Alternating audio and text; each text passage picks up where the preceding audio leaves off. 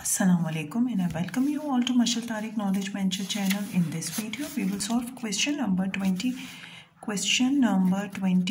of exercise 12a chapter 12 of maths D4.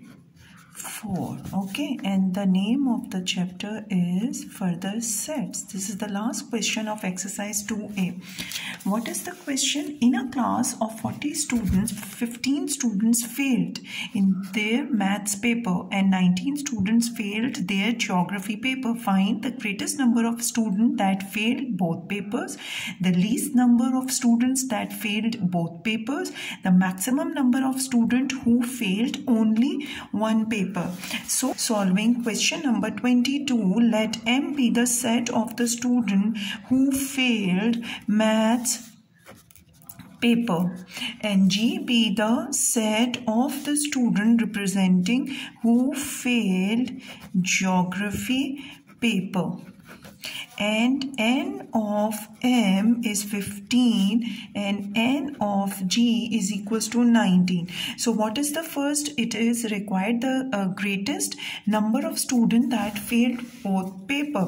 It is possible when M is a subset of B, then N of M intersection of G is equals to N of M, which means 15.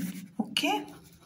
Now, what is the second part? Second part is the least number of students that failed both paper. The least number of students that failed both paper is possible when M intersection B is a null set, so that M intersection G is equals to 0. No student failed both papers. Now what is the part 3? Part 3 is the maximum number of students who failed only one paper.